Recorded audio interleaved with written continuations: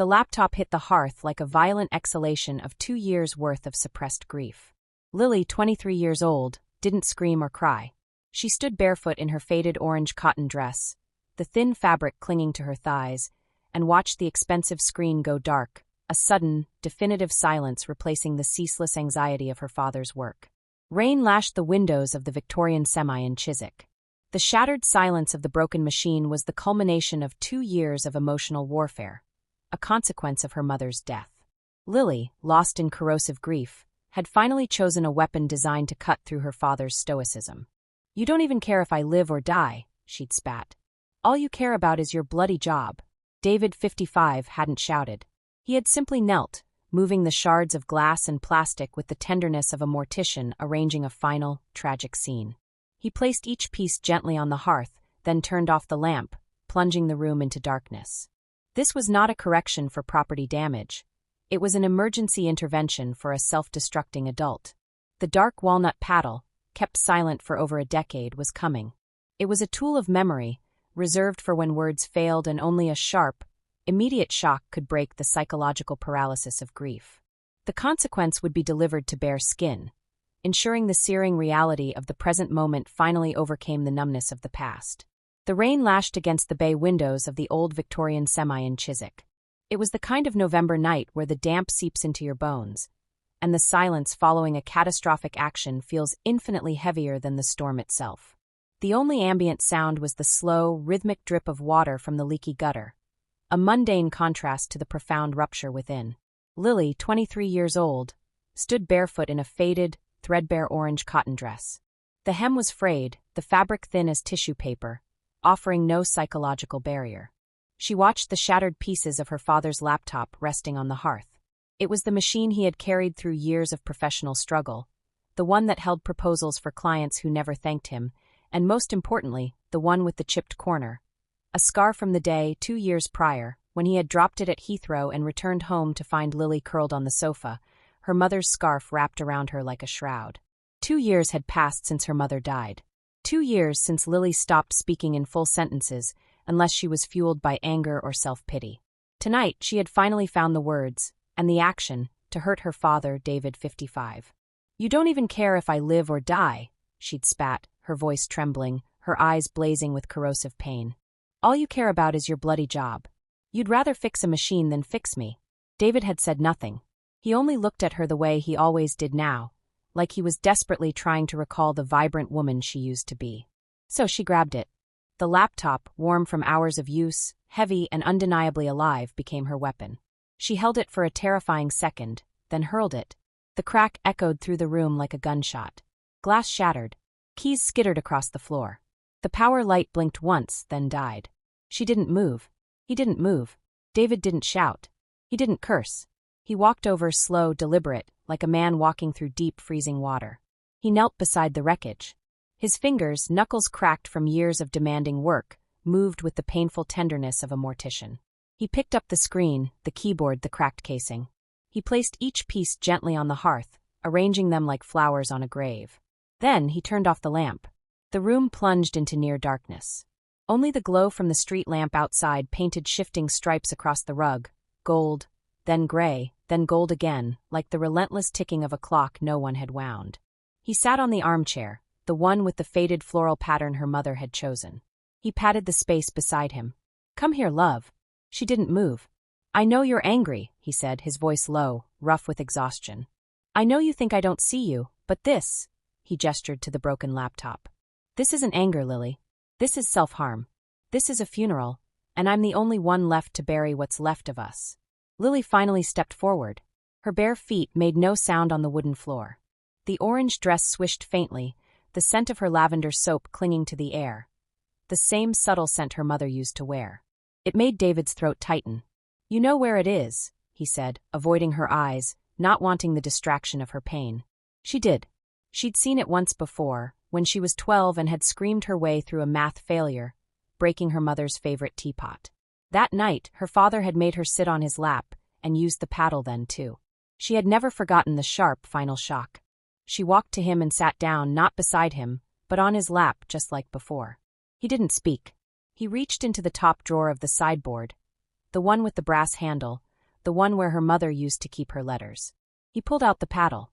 It was old, dark walnut, polished smooth by decades of use. The handle was worn where his father's hand had gripped it. It had been passed down, not for celebration but for correction for memory. He placed it on his knee. "Lift your frock, Lily."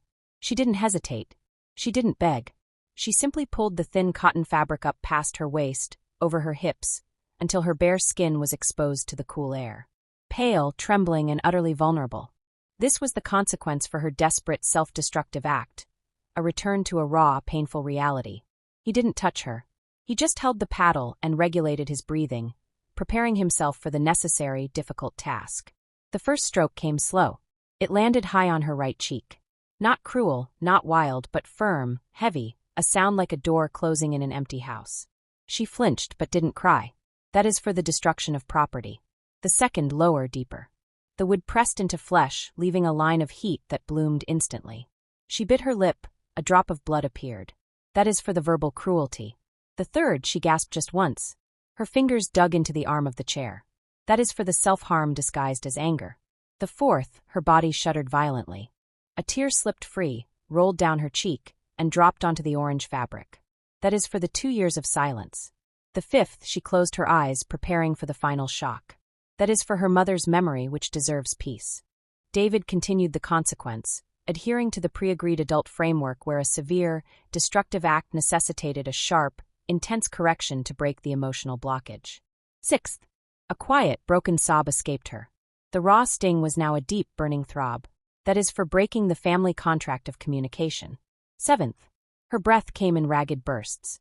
The heat spread across her backside, a searing, immediate physical reality finally rivaling the internal, chronic pain of her grief. That is for the refusal to seek help. Eighth, her knees trembled uncontrollably.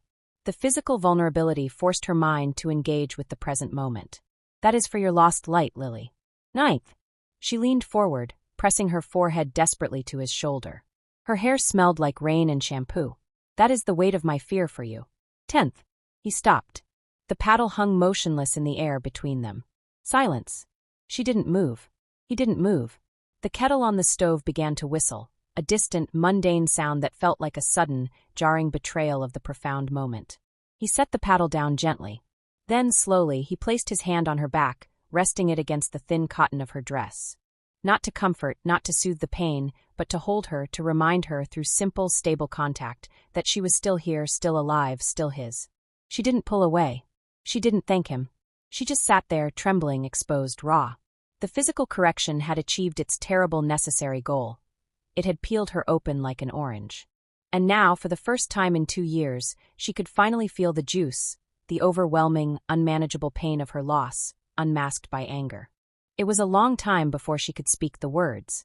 When she finally did, they were a whisper muffled against his coat. "I didn't mean to break it." He didn't answer. I wanted you to feel something."